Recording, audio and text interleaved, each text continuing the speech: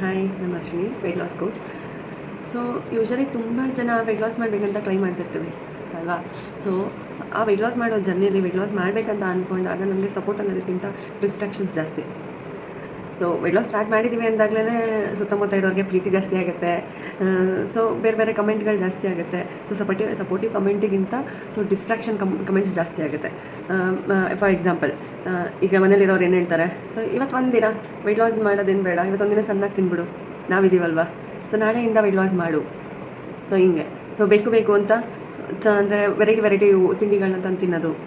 Weight loss ಯಾರು ಮಾಡಬೇಕಂತ ಇರ್ತಾರೆ ಅಂಥವ್ರ ಮುಂದೆಗೆ.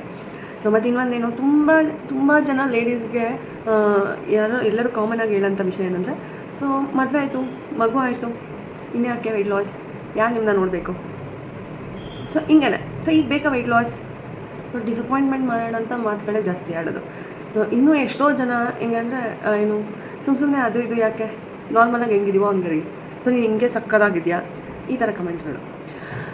ಸೊ ನನಗೂ ಅಷ್ಟೇ, ನನ್ನ ವೆಯ್ಟ್ ಲಾಸ್ ಜರ್ನಿಲಿ ನನಗೂ ಇದೆಲ್ಲನೂ ಬಂದಿರೋಂಥ ಪ್ರಾಬ್ಲಮೇ. ಸೊ ಆದರೂ ನಾನು ಈಸಿಯಾಗಿ ಎಲ್ಲ ಥರ ಊಟ ತಿಂದ್ಕೊಂಡು ನನ್ನ ಕೋಚ್ ಏನು ಹೇಳ್ತಾರೋ ಅದನ್ನ ಫಾಲೋ ಮಾಡಿಕೊಂಡು 3 ಮಂತ್ಸಲ್ಲಿ 17 kg ವೆಯ್ಟ್ ಲಾಸ್ ಮಾಡಿಕೊಂಡೆ. ಸೊ ಅದ್ರ ಜೊತೆ ನನಗೆ ಬೋನಸ್ ಥರ ಎಷ್ಟೊಂದು ಹೆಲ್ತ್ ಬೆನಿಫಿಟ್ಸ್ ಕೂಡ ಸಿಕ್ತು. ಸೊ ಯೂಶ್ವಲಿ ನಾವು ಅಂತೀವಿ ವೆಯ್ಟ್ ಲಾಸ್ಗೂ ಹೆಲ್ತ್ಗೂ ಏನು ಕನೆಕ್ಷನ್ ಅಂತ.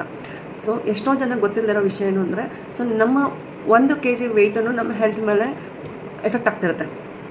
ಸೊ ಇದು ಗೊತ್ತಿಲ್ಲದೆ ಇನ್ನೊಂದು kg ಅಲ್ವಾ ಬಬ್ಬ ಅಂದರೆ ಇನ್ನೊಂದು 5 kg ಅಷ್ಟೇ ಜಾಸ್ತಿ ಇರೋದು, ಈ ಥರ ಹೇಳ್ಕೊಂಡು ಓಡಾಡ್ತಿರ್ತೀವಿ.